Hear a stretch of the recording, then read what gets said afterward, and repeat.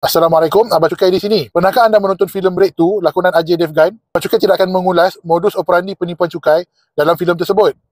Tetapi bagi sesiapa yang tidak tahu apa itu siasatan cukai, filem tersebut telah menunjukkan sedikit gambaran bagaimana kes siasatan cukai dijalankan oleh pihak lembaga hasil. Di Malaysia, sekiranya serbuan siasatan cukai dilakukan, pasukan lembaga hasil akan berpecah untuk pergi ke beberapa lokasi, iaitu premis perniagaan, pejabat juru audit, pejabat setiausaha syarikat dan rumah pengarah. Serbuan ini adalah secara mengejut dan agresif.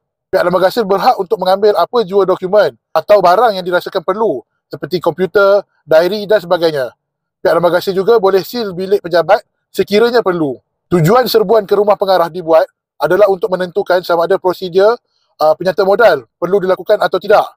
Penyerta modal dalam bahasa mudah adalah semakan ke atas gaya hidup seseorang pengarah dengan pendapatan yang dilaporkan.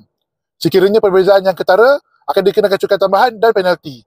Inilah gambaran sedikit serbuan siasatan cukai yang dibuat oleh pihak lembaga hasil.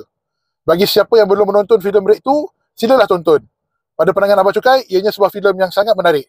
Sekiranya anda ada masalah percukaian, marilah hubungi Abah Cukai. Ingat cukai, ingat Abah Cukai.